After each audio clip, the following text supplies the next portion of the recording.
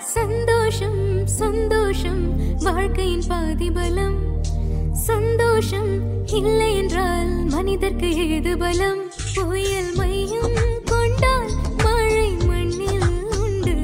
எந்த தீமை கொள்ளும் சிறு நன்மை உண்டு.